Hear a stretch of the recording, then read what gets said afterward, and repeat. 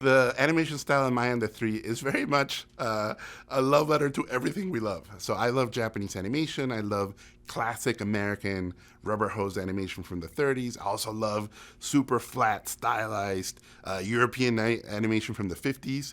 And then I love stop motion. I love puppets. And so if you go to our house, we have a ton of folk art, and we love folk art. And these pieces of folk art are one of a kind.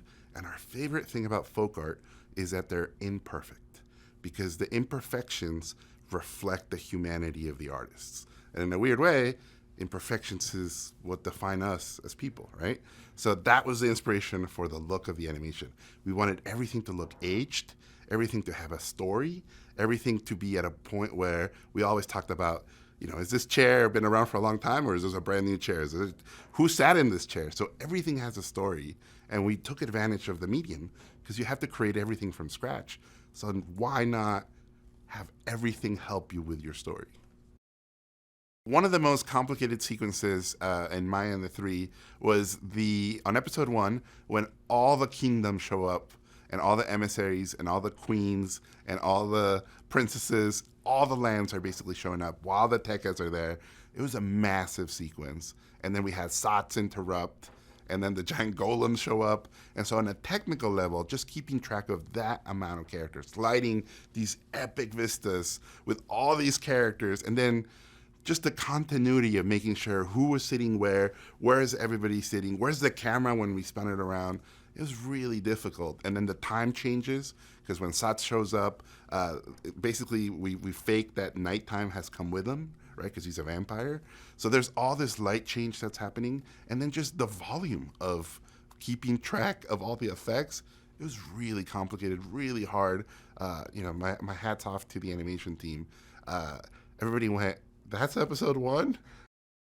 I'm a big action movie fan. I grew up loving action movies, not only from the U.S., but I'm a big lover of Hong Kong action movies. And I'm also currently a big fan of Bollywood and Tollywood action movies. And so I wanted to put all that stuff in there. We took every fight very seriously, and we said, all right, so none of the fights can be the same. They all have to be different. They're all mini movies. And so we really sort of went for it. And I remember early on someone said, wait, the fights are really good. And I was kind of disappointed, because I thought, well, what did you think? The fight's not going to be good? So we went all out for those fights. And I would say these are probably the end fights in normal movies. We kind of have one of those at least in every episode. I think audiences are going to really love going on this adventure with Maya, because it's full of, just like all my favorite movies, big moments, small moments, touching moments. There's comedy throughout, crazy fights everywhere, magic, literally dragons, wizards, witches. I mean, it's everything you love about fantasy, but told in a very, very fun and funny and honestly really earnest, rebelliously earnest way.